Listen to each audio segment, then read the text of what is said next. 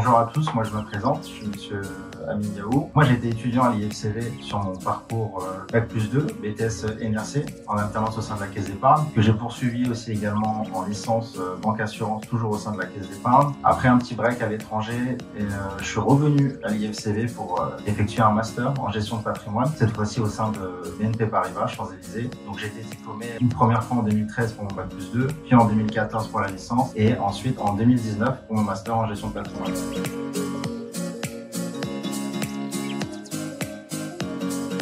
En un mot, c'est l'expérience.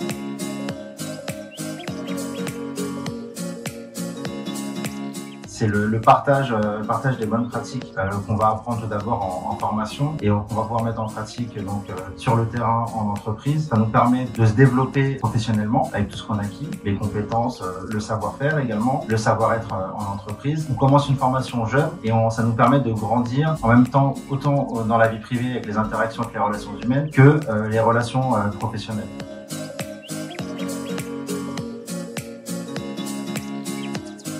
Alors, déjà plusieurs choses. La première, c'est le fait de pouvoir apprendre de la meilleure des manières, de mettre en pratique tout ce qu'on peut apprendre, donc l'expérience. Et puis deuxièmement, économiquement, le fait de pouvoir toucher un salaire, d'être tout de suite dans la vie active, c'est les deux choses pour moi les plus importantes.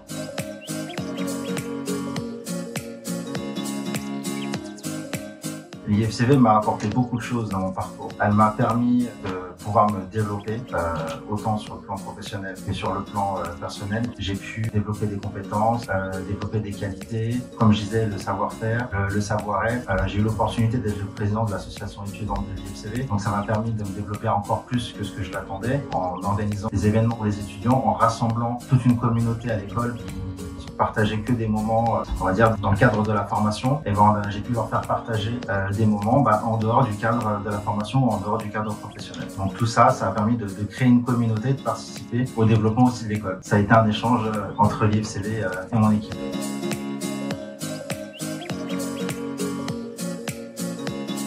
Il y a plusieurs choses qui m'ont marqué à l'IFCV.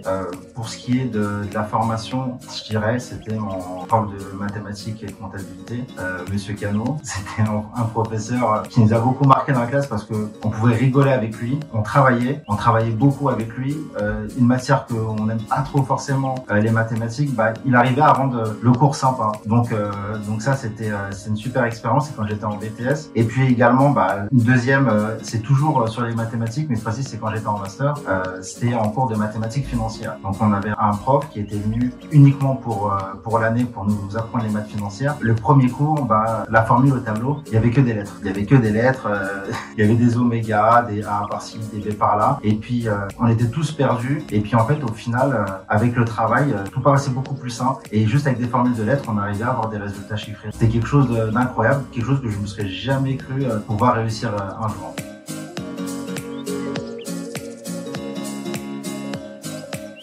En 3 mots, j'irais le travail, l'échange et puis aussi j'irais communauté.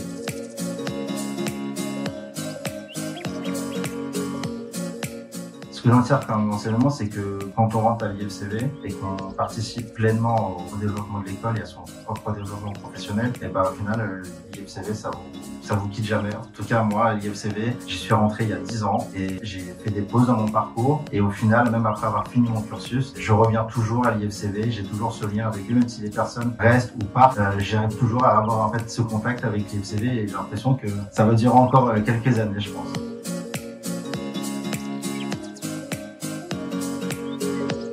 Alors, à la fin de mon premier parcours à l'IFCV, donc c'était après l'obtention de la licence banque assurance, j'ai travaillé 1 an à l'étranger en Australie. Donc j'ai quitté complètement l'univers bancaire et je travaillais en tant que serveur dans une crêperie française à Sydney. C'était une riche expérience. Ensuite, j'ai intégré en tant que conseiller financier la Banque Postale à Paris.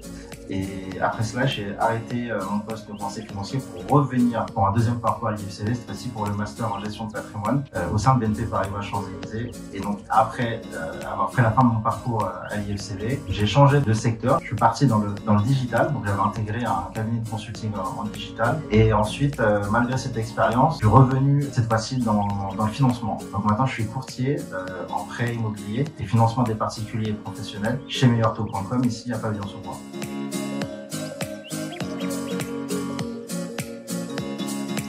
Alors, les missions quotidiennes, très simplement, c'est de prendre en charge les projets des clients. Donc, ça peut être des projets immobiliers, comme ça peut être des financements professionnels ou des financements particuliers pour des projets autres que des projets immobiliers. Donc, tout ce qui concerne en fait le financement. Donc, c'est prendre en charge le projet du client, déterminer si le projet est viable, et ensuite trouver une solution de financement auprès d'un partenaire bancaire pour le client, tout en assurant en fait le suivi jusqu'à la réalisation du projet du client.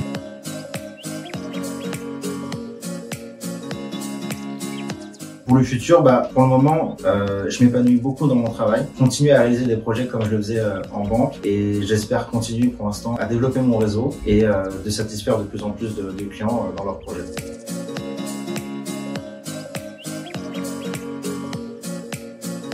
J'ai plusieurs conseils pour les futurs étudiants. Faites confiance à l'IFCV.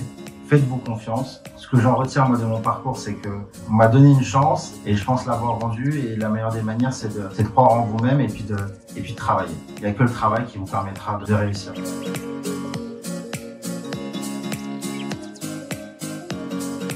Premier outil, je dirais, c'est soi-même. C'est le premier outil, c'est un outil qui est indispensable. Quand je dis soi-même, c'est votre manière de vous présenter, votre manière de parler, et puis également le résultat de votre travail. Ça, c'est les trois choses les plus importantes. Ensuite, pour accompagner tout ça, forcément aujourd'hui, ça va être classique. Un ordinateur. Internet est un outil très important pour toujours rester en contact avec son environnement professionnel. Et puis, indispensable également, c'est le téléphone portable pour rester en contact et échanger avec vos clients.